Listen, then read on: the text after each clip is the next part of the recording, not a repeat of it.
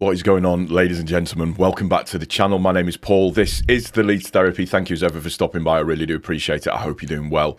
Before we get into the video, if you can make sure that you are subscribed to my YouTube channel, that your notifications are turned on, that you're commenting, liking the video, hyping the video, all of that good stuff. And also as well, we will be on your favourite audio Windy Pops, on your favourite audio podcast. We're on Apple, we're on Spotify as well. So if you just make sure that if you are following those and you are listening to those, that when you download them, that you give the video a like, the audio a like for me as well. Right. Let's get into this one then. Brentford, 0-0. I was at the game last night, obviously, as you're aware. I told you that I was in the Cop End. And it's a really strange one because we've come away with a point, and I think when I look at it from initial reaction last night, I was annoyed, and I was really annoyed because we seem to have kind of regressed back into that sort of old way of playing where we're very, very slow in the build-up. It's very left and right and very backwards. There were times throughout the entire game that we were absolutely screaming for it to come forwards or for the ball to go forwards. And it didn't. We just delayed, or it took a little bit too long, or we were just very, very laboured in our actual build-up to doing anything, really. And at some points in the first half, it was almost like it was walking pace. And it's a really strange one because in one sense, you feel very, very annoyed and upset about the way that the game played out and the fact that it's, potentially 2 points dropped, however we want to look at it. And it could be even worse come the end of today if results don't go our way in the Sunday games that are going to be kicking off a little bit later on today. But I specifically wanted to wait a little while before making my review video because I didn't want to go at it from a fully kind of emotional, completely lost my shit, really, really annoyed, really upset about everything kind of video. I wanted to be, or at least attempt, sorry, I just hit the microphone, or at least attempt to be sort of a bit more measured in what I wanted to say. I think the big positive for me last night, out of absolutely everything, I thought Caldalo was, although his distribution of the ball wasn't brilliant, I thought he was good in terms of being quick off his line to snuffle out any little opportunities, commanded the ball quite well. He did well in certain areas in terms of collecting the ball and stuff. So I thought Darlow had a decent-ish game based off of that. I thought the defence was absolutely solid. And yet again, we have Thiago pocketed by Biol, and Biol just, very, very physical. He's up for the fight, can do what he needs to do. We're an extremely difficult team to break down. With that, three at the back of Struijk, Biol and Rodon, we are very, very, very comfortable, and we are very, very, very good. I thought Justin was okay, but he's not Goodmanson. There was definitely a big Gabby-shaped hole in the entire thing last night. Because Gabby brings the ball forward so well and drives other defenders in and out of certain areas and stuff, which is, it's great to see when that happens. But unfortunately, he wasn't there tonight.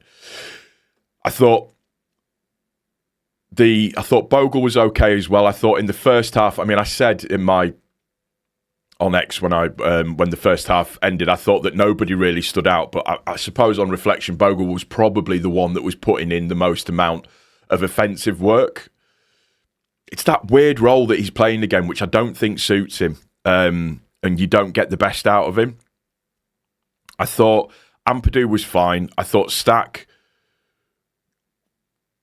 was better in the second half than what he was in the first half. He has this thing of growing into games a little bit, just overall. I thought Nemecha is a bit of an odd one. I thought he toiled and he tried to make space. He tried to create space for balls to come through, and he had a decent shot in the first half as well. It just wasn't quite falling for him, I think is maybe a fairer assessment of the way to put it. I thought DCL, his touch was off a little bit. He just seems a little bit not quite at the races for me. And again, I could be being overly harsh on that one, but just not quite sort of at it. I thought the substitutions did make a difference. I thought Tanaka coming on did really, really help. I don't think Aronson had a particularly good game. Whilst he does kind of foil around, sometimes he still has that ability of wanting to do a little bit too much with the ball rather than just releasing it. I thought Okafor struggled a little bit to get into it when he came on. James was fine when he came on as well. Stroik came off and James came on. James is obviously, you can see he's not got that match fitness there. So hopefully over the international break, he'll get a bit of that back again. That's what I'm hoping. I'm just hoping that everybody comes back fit because we know how detrimental this international break normally is for us as a team, as a whole. And like I said, I came away from the game feeling really annoyed because it was very slow, very one-dimensional. We can't break down that kind of low block press thing that teams do against us. Sometimes we can't pass around it. What's very, very evident is that either we don't have or we don't have a player capable in our squad currently that has the ability to do that little pass between the lines to really kind of, cause a bit of mayhem. Boanorte, dare I say it. And I'm not saying that he should be in the squad. I'm not saying that he should be there 100%. What I'm saying is that it's very evident at times that we're missing that little killer pass sometimes. We were going a little bit too much, going for one more extra pass. And in the first half, there was umpteen times when we could have crossed it into the box. We've got two strikers in there. And rather than cross it in, we were too busy trying to... I don't know I think I kind of understand what they're trying to do. It's to create space, but sometimes you've just got to get the ball into the mixer and see what happens with it. That's all that you can do. And I just, like I said, I found it very, very frustrating last night. And then sort of this morning, I was thinking about it and kind of thinking, well, how do I, let's try and take the emotion out of it and take a step back and look at it for what it is. We're playing against a team based in 7th. They are probably one of the most organised teams I've seen at Ellen Road anyways. They're, fighting for Europe. They're maybe even pushing for a Champions League spot. Who knows? But what I found that Brentford did, and you have to give them credit for this, is that they plugged the gaps very, very well. So that's kind of the cause of why we were really struggling to find where to play the ball and where to position it. Because you'd get the ball and usually you'd look up and where the space would be, Brentford had already closed the gap on that. So they were very well organised. They were very good at these little round the corner passes. But again, luckily for us, our defence was fine. It was absolutely on form in terms of snuffing out things and getting last-ditch tackles in, all of that kind of stuff. But you walk away from it thinking, I'm really upset with that and I'm really aggrieved at the way that we've played. And I think in reality, when you look at it, I think the thing that we're still mostly aggrieved of and we've still got, a hangover from is the... sorry, I just thought I pulled my neck then. And I think the thing that we've still got a hangover from is the Sunderland game. And just the way that didn't go our way and losing the game. Had we won that Sunderland game, this point would be probably a pretty good point to take. But everything is amplified at the moment because of where we are and because of our position in the league and what we're trying to achieve. I mean, we have to be honest. We kind of knew that it was going to be difficult. It wasn't going to be easy. It was going to be a bit of a tough one. And then you see the usual comments, not buying an attacker in the January transfer window, not doing this, not doing that. And I understand people's frustrations. And it's a typical Leeds thing. We get to a certain stage and we start looking for, we've got to pin it onto something to say sort of how bad it is. And for me, I think it's important to know if you want to try and take positives out of the game, that's 2 clean sheets in a row now. 2 times the defence has looked pretty much unbothered the entire game, just in terms of being able to cope with whatever's being thrown at them. We're just lacking that final third. And we need to do something about that because it is, 400 minutes where we've not scored a goal in open play now, and that's something that needs to change. And I would suspect that on the face of it, probably this international break for us has come at just the right time, because it just gives everybody a bit of a chance to rest, regroup and reset on everything. That would be the general, or my feeling towards it. We've got to now sit and have squeaky bum times over the fact that we've got to, see how West Ham get on against Villa, and it's Spurs and Forest today, so somebody's dropping points there, and trying to make sure that we're still in a similar position that we are in now. Again, I would rather be in our position than somebody else's. And listen, if the football gods smile on us at the end of today, it's either that we're going to be 4 points better off as opposed to 3, or if they don't smile on us, it's going to be down to 1 point, and it's going to be squeaky bum time, especially considering that we've got Scum away as the first game back after the international break. To be fair, it was going to be tough, and it is gut check time for a lot of supporters. You need to be on it. One thing that I will say, and I know Wayne Rooney mentioned this last night, was that the crowd, he said that the crowd wasn't very good. I would 100% disagree with that. I was in the Cop last night. It was loud in the Cop. It was loud around the ground. Champions of Europe rang out for quite a sustained period of time. So I don't know what bobbins Wayne Rooney's talking, but the crowd, for me, were absolutely fine last night. They were really, really trying for everybody. Yes, they got agitated. Yes, they got upset. Yes, they got annoyed, which is perfectly valid because we kept passing the ball backwards. So that's going to wind people up. But the second half was interesting, which is going to lead me on to, a bit more of a rant, if you like. We came out much, much stronger in the second half. So we were really trying to put it on to Brentford a little bit, and we were causing them a little bit more mayhem, if you like, a little bit more indecision. We were closing the ball down better. We were making them make mistakes with passes and all of that kind of stuff. And then we make the substitutions. And for me, the substitutions came a little bit too late. Again, I thought the 60th minute would have been a better time for the substitutes to come. But, and here is the huge annoyance for me in the entire game last night. Well, one of two. Kelleher is told to go down after our substitutions are made, because at that point we're on top. Kelleher goes down. He hadn't touched the ball for about 10 minutes, feigning a hamstring injury. Then 4 or 5 of their players go over to pitch side with Keith Andrews for an impromptu team talk. I am getting fed up to the back teeth of seeing this now and refs not doing anything about it.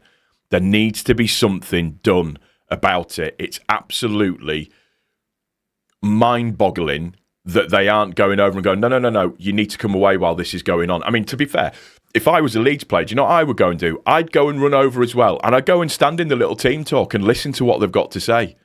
They can't stop you from being there. Absolutely can't stop you from being there. I'd go and make a nuisance of myself so the team talk can't be had. And I think for the first time as well, we saw our players absolutely apoplectic with the referee because they were letting it happen. You saw Ampadu going over, you saw Stack going over, you saw Beal going over. And for the first time, we were actually showing that we were getting really pissed off with something. But this is the annoying part. The ref just waved them away, told them, go away. Don't want to hear it. Go away. Kelleher was told to go down so they could have a little team talk because we were on top, and it allowed them to have that little bit of an impromptu. Let's have a little chat about this and let's just change some little things around. It needs cutting out, and it needs cutting out quickly. The other thing that annoys me, the long throw-ins. I was counting for the Brentford throw-ins.